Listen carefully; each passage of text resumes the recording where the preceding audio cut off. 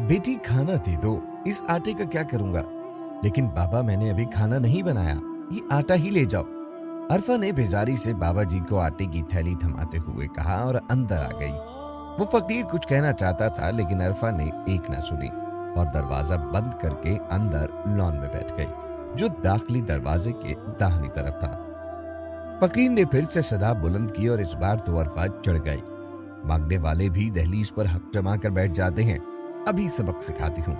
वो अपनी जगह से उठी और दरवाजा खोलने के लिए दरवाजे की तरफ बढ़ी कि अचानक किसी चीज के साथ उसका पांव टकरा गया और वो मुंह के बल गिर पड़ी। गिरने से अरफा के माथे पे शदीद चोट लगी, जिसकी वजह से वो बेहोश हो गई। मैं कहाँ हूँ? होश आने पर उसने अम्मी, अब्बू और बड़ी बहन को सामने पाकर पूछा, तुम अपने घर हो अरफा, फिक्र ना करो, बाहर से तुम्हें कोई नहीं उठा कर ले गया। आप ही की आवाज में शरारत थी। अरफा ने हैरानगी से पूछा, मैं तो अंदर लॉन में गिरी थी। लॉन में कोई चीज पैर में अटक गई थी और मैं मुंह के बल जोर से जा गिरी थी। अरफा बेटी, हम तुम्हें सड़क से उठाकर लाए हैं, अम्मी बोल रही थी। एक फकीर ने दरवाजा खटखटाया और हमें बताया कि ये बच्ची मुझे खाना देने बाहर आई थी और चकरा कर गिर गई। अम्मी ने तफसील से अरफा को आगाह किया, जो फटी फटी निगाहों से अम्मी को बोलते हुए देख रही थी। लेकिन अम्मी, मैं तो... अरफा, तुम ज्यादा मत बोलो। अम्मी ने उसकी बात काटी और बोलने से मना किया और उसे दोबारा बेड पर लिटा दिया। वो हैरानगी में सबको घूरने लगी और उसका जहन फकीर में कहीं अटक सा गया। काफी दिन गुजर गए। अरफा अपनी घरेलू रूटीन में मशगूल हो चुकी थी। फकीर जहन से निकल चुका था। एक दिन हस्बे मामूल वो लॉन की सफाई कर रही थी और आप ही का ऑनलाइन एग्जाम चल रहा था। लिहाजा ड्राइंग रूम में एग्जाम के दौरान सबके दाखिले पर पाबंदी थी। अम्मी अबू टीवी लाउंज में बैठे चाय का लुत्फ ले रहे थे कि अचानक दरवाजे पर दस्तक हुई। चूंकि अरफा ही दरवाजे के करीब थी, लिहाजा उसने बेध्यानी में जाकर दरवाजा खोला। वो हैरान रह गई। उसी फकीर को अपनी आंखों के सामने पाकर उसका हैरान होना बनता था, क्योंकि उस दिन जो भी हुआ वो सब कुछ गैर फितरी था। खाना खिला दो बेटी, बहुत भूख लगी है। फकीर का सवाल आज भी वही था। अरफा ने बगैर किसी रुकावट के उसको खाना ला कर दे दिया। बाबा जी, आप कौन हैं? खाना देते वक्त उसने सवाल किया कि मैं सद्दाम हूं। सद्दाम? वो परेशान हो गई, कौन सद्दाम? अरफा ने इस बार शशुपंज में पूछा, वही सद्दाम जो फकीर के बेस में दुनिया में घूम रहा है। मुझे किसी की तलाश है, मैंने सुना है वो यहाँ रहता है, इस घर के आसपास ही कहीं। फकीर बोल रहा था, लेकिन अरफा को कुछ समझ नहीं आ रहा था। आखिर किसकी तलाश में हो? आखिर कौन हो तुम? और ये फकीर का भेस? मुझे कुछ भी ठीक नहीं लग रहा, मुझे तफसील बताओ।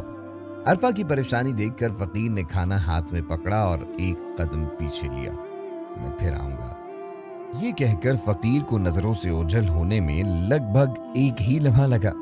अरफा दरवाजे से बाहर झांकने लगी, मगर फकीर कहीं नजर न आया। कहाँ चला गया? इतनी जल्दी गायब भी हो गया? मुझे हर हाल में सब कुछ जानना है। दरवाजा बंद करते हुए वो अपने मन के अंदर सोच ही रही थी। अरफा की बड़ी बहन हर चीज से डरती, फकीरों से, कीड़ों से, छिपकली से, हत्ता के गैबी मखलूक का नाम भी न लेने देती। जबकि अरफा को दुनिया की किसी चीज का खौफ न था। वो बचपन से डिटेक्टिव स्टोरीज पढ़ने की आदत थी। हर चीज का खोज लगाना और तह तक जाना उसकी पुरानी आदत थी। फकीर ने भी अपने मकसद के लिए शायद इसीलिए एक नर लड़की का इंतखाब किया था। अरफा अक्सर देर रात तक जाती थी। घर की छत पर टहलना और हर बात का कोई ना कोई निचोड़ निकालना उसका मशगला था। इस बार जो केस उसकी अदालत में आया था, ऐसा केस पहले कभी नहीं आया था। ये उसकी जिंदगी का पहला मामला था और अंदर ही अंदर उसे खुशी थी कि वो फकीर की मदद करेगी ताकि उसका बिछड़ा उसको मिल जाए। छत पे ठंडी ठंडी हवा उसे सुकून दे रही थी, लेकिन उसका दिमाग फकीर में अटका हुआ था। वो किसको ढूंढ रहा था? मैं उसकी हेल्प जरूर करूंगी। कल फिर आने का वादा करके गया है, मुझे उम्मीद है वो जरूर आएगा। अरफा बेसब्री से आने वाले कल का इंतजार करने लगी। हस्बे मामूल फकीर ने दरवाजे पर सदा लगाई और वो बेसब्री के आलम में फकीर का इंतजार कर रही थी। दरवाजे की दाहिनी जानिब लॉन में टहलते हुए सदा सुनते ही वो दरवाजे की तरफ लपकी। हमेशा की तरह आज भी सब लोग घर के अंदर और मसरूफ थे। बाबा जी, खाना लाऊं? अरफा ने फकीर को देखते ही खाने की ऑफर की। फकीर ने साफ इनकार किया और सवाल पूछा, मैं कुछ पूछना चाहता हूं पर सच बताना। फकीर का अजीब लहजा उसे हैरान कर गया। जी पूछे, कल जो खाना तुमने मुझे दिया था वो किसने बनाया था? फकीर का सवाल दिलचस्प लेकिन अजीब भी था। मेरी बड़ी बहन ने बनाया था। अरफा ने जो सच्चाई थी वो बयान की। नहीं लड़की, फकीर का लहजा कदरे सख्त हो गया। वो खाना उसी ने बनाया था जिसकी तलाश में हो। वहां अरफा के मुंह से निकला, लेकिन वो तो मेरी आप ही ने बनाया था। वो तिलमिला सी गई। आप पहेलियां क्यों पूछवा रही हैं? जो कहना चाहते हैं साफ कहें। अरफा ने भी इस बार लहजा सख्त किया। फकीर दरवाजे के अंदर दाखिल हो चुका था और अरफा उससे 2 कदम दूर खड़ी थी। तुम्हारी बहन को 1 साल पहले तेज बुखार हुआ था। फकीर ने सवाली अंदाज में पूछा। जी हुआ था। अरफा ने इसकी बात की तस्दीक की। तब तुम्हारी बहन का इंतकाल हो गया था।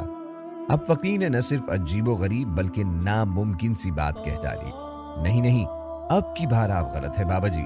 अम्मी अब्बू ने उसे अस्पताल में दाखिल करवाया। वो कई दिन वहां जेरे इलाज रही। फिर एक दिन वो बिल्कुल ठीक हो गई तो हम उसे घर वापस ले आए। अरफा बेटा कौन है? अम्मी ने अरफा को फकीर से बातें करते देखा तो अब्बू को भी बुला लाई। अम्मी अब्बू और अरफा फकीर के सामने खड़े थे और गुज़िश्ता सारी बात अरफा ने अम्मी अब्बू को बताई। देखें बाबा जी, आप जितना कहते हैं हम आपको सदका और खैरात देते हैं, लेकिन मेरी बच्चियों को दुआ देकर ही यहाँ से जाएं। कोई ऐसी वैसी बद्दुआ ना दें। मेरी दोनों बेटियां मुझे बहुत अजीज हैं। अब्बू ने फकीर बाबा से इल्तिजाई अंदाज में कहा। जो इस वक्त अंदर बैठी पड़ रही है वो आपकी बच्ची नहीं। आपकी बच्ची का 1 साल पहले इंतकाल हो गया था।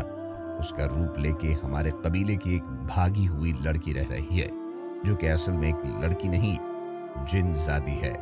वो हमेशा से इंसानों के साथ लगाव रखती है और इंसानों में रहना पसंद करती है।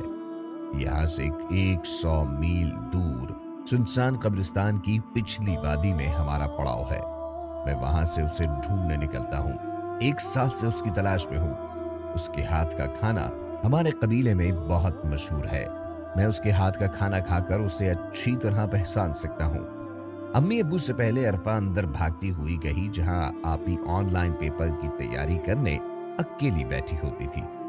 लेकिन इस बार तो नजारा ही और था। वहां हर तरफ धुआं ही धुआं था। आप ही अरफा ने बड़ी बहन को आवाज दी, लेकिन पलक झपकते वहां से सब कुछ गायब हो गया। पीछे पीछे अम्मी अब्बू भी भागते और हकलाते हुए आए, लेकिन उनकी बेटी कहीं नजर न आई।